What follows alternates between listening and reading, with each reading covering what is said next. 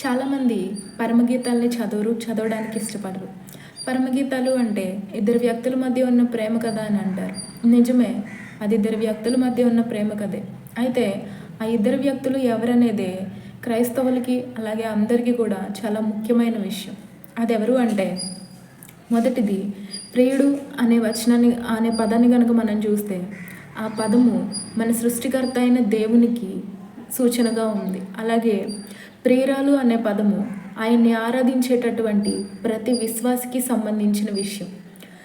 ఈ మాట చాలామంది క్రైస్తవులు ఎక్కడ చూసినా వాక్యంలో ఏది ఉన్నా కానీ దాన్ని క్రీస్తుకి లేకపోతే దేవుడికే చూస్తారు.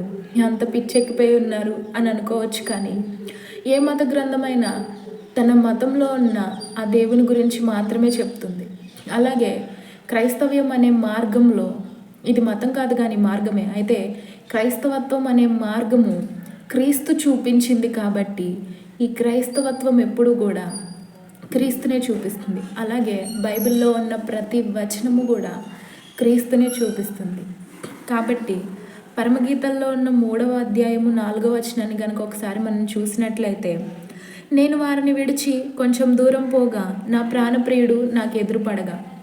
ఈ పదాన్ని కనుక మనం చూస్తే విశ్వాసి అనేవాడు తను చేసేటటువంటి పాపాన్ని వదిలి ఆ పాపం విషయంలో తను రియలైజ్ అయ్యి తను ఒంటరిగా ఒక గదిలో ప్రార్థన చేస్తే ఆ పశ్చాత్తాప ప్రార్థన చేయడం ద్వారా తన ప్రాణప్రియుడు అయిన తన సృష్టికర్త అయిన దేవుడు తనకి ఎదురుపడతాడు అని అర్థం.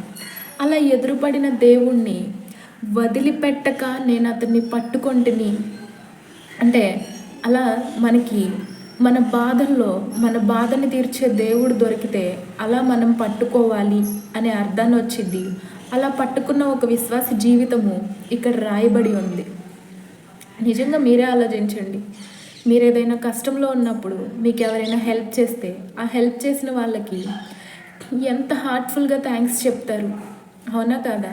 అలాగే పాపం చేస్తూ ఆ పాప భారాన్ని తట్టుకోలేక నాకు ప్రశాంతత కావాలి, మనసులో నెమ్మది కావాలి అనుకున్న టైంలో నెమ్మదిని ఇచ్చే దేవుడు గనక దొరికితే ఆయన మన ప్రాణానికి ప్రియుడిలాగా కనిపిస్తాడు.